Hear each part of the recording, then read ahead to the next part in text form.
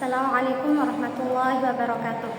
Alhamdulillahirabbil alamin wassalatu wassalamu ala asyrafil anbiya'i wal mursalin wa ala alihi wa sahbihi ajma'in amma ba'du. Saya atas nama Tatia Syarifatun Najah akan mempresentasikan hasil dari resum pada mata kuliah Akhlak Tasawuf. Di sini buku yang saya dapat yaitu tentang tokoh-tokoh tasawuf falsafi.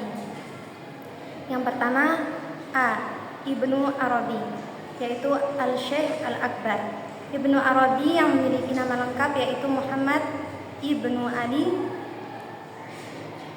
bin Muhammad Ibnu Al-Arabi Al-Ta'i Al-Hatimi, lahir di Murcia, Spanyol Selatan pada abad 1165 Masehi. Dia dikenal dengan gelar kehormatan yaitu Al-Syekh Al-Akbar, guru besar. Dia dikenal dengan gelar kehormatan yaitu Al-Syekh Akbar, yaitu guru dari para tokoh-tokoh sebelumnya. Kehidupan yang awalnya didukung oleh posisi terhormat ayahnya di pemerintahan. Peristiwa penting.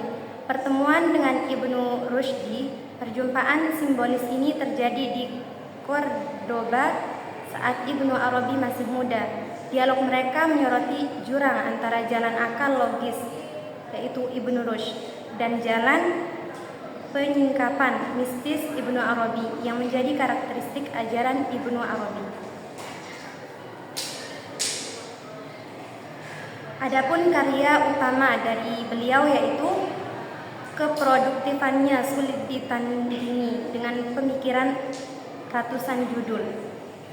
Nah, yang pertama ada Al-Futuhat Al-Makkiyah, yaitu pembukaan kota Mekah. Yang kedua ada Fusus Al-Hikam, yaitu untaian mutiara kebijaksanaan. Dan yang ketiga ada Tarjuman Al-Ashwaq, yaitu tafsir kerinduan. Yang selanjutnya ada bagian dari Ibnu Sa'bin atau Qutbuddin. Ibnu Sa'bin bernama lengkap yaitu Abdul Haq Ibrahim Muhammad bin Nasr, lahir di Murcia yaitu sama juga yaitu Spanyol pada abad 1216 sampai 1217 Masehi. Dan gelar Qutbuddin, beliau tumbuh dalam keluarga bangsawan tetapi memilih hidup asketis.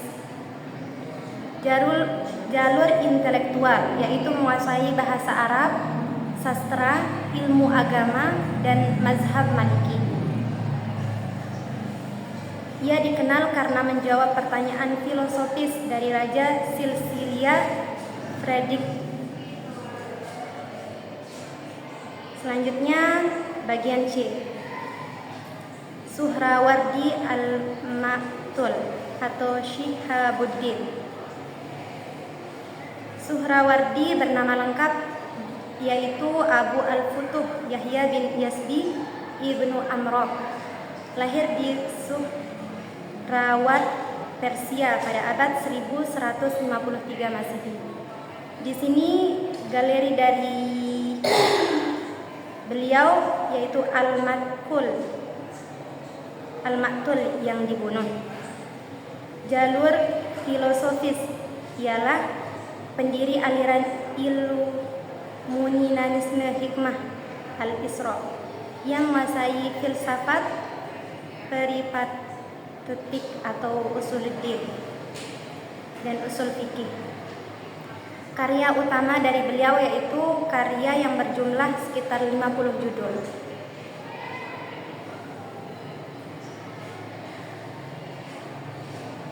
Dan adapun konflik dari kecerdasan dan doktrin yaitu mereka mendeksultankan Asaluddin Al-Ayyubi agar putranya Al-Azhari menghukumi Suhrawardi.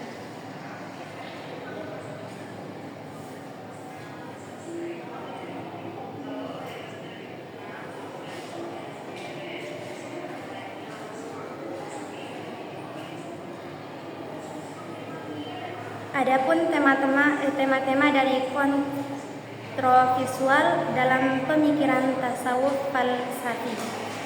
Yang pertama ada A, wahdat al-wujud, yaitu kesatuan wujud. Yang kedua alam tengah dan kontribusi kaum sufi. Yang ketiga ada indera sufistik dalam pengalaman mistik.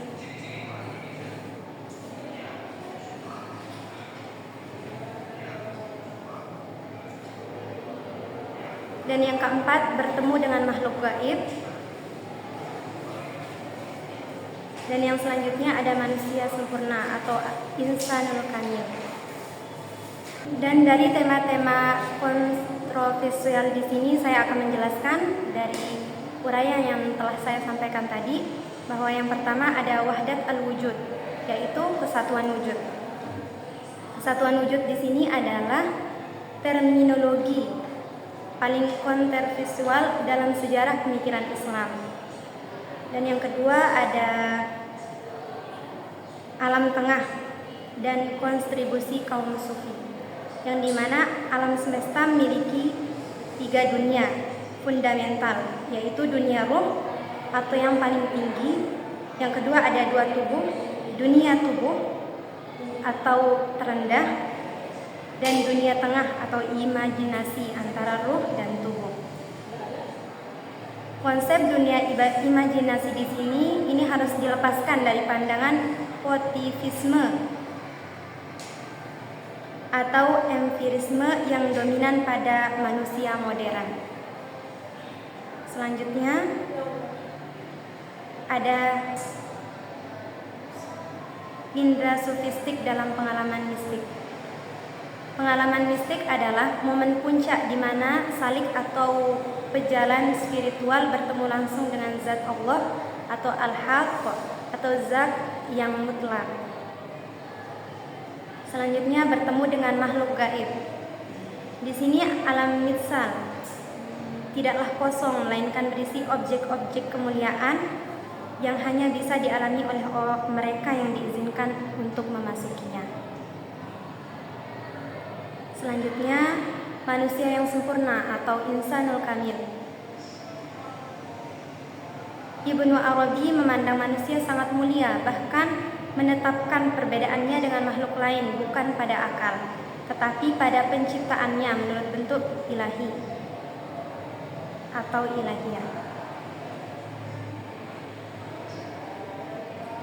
Dan yang selanjutnya juga ada manifestasi kehadiran Tuhan melalui imajinasi teofanik, yaitu kehadiran Tuhan di hadapan manusia tampak melalui manifestasi atau menampak wujud nyatanya.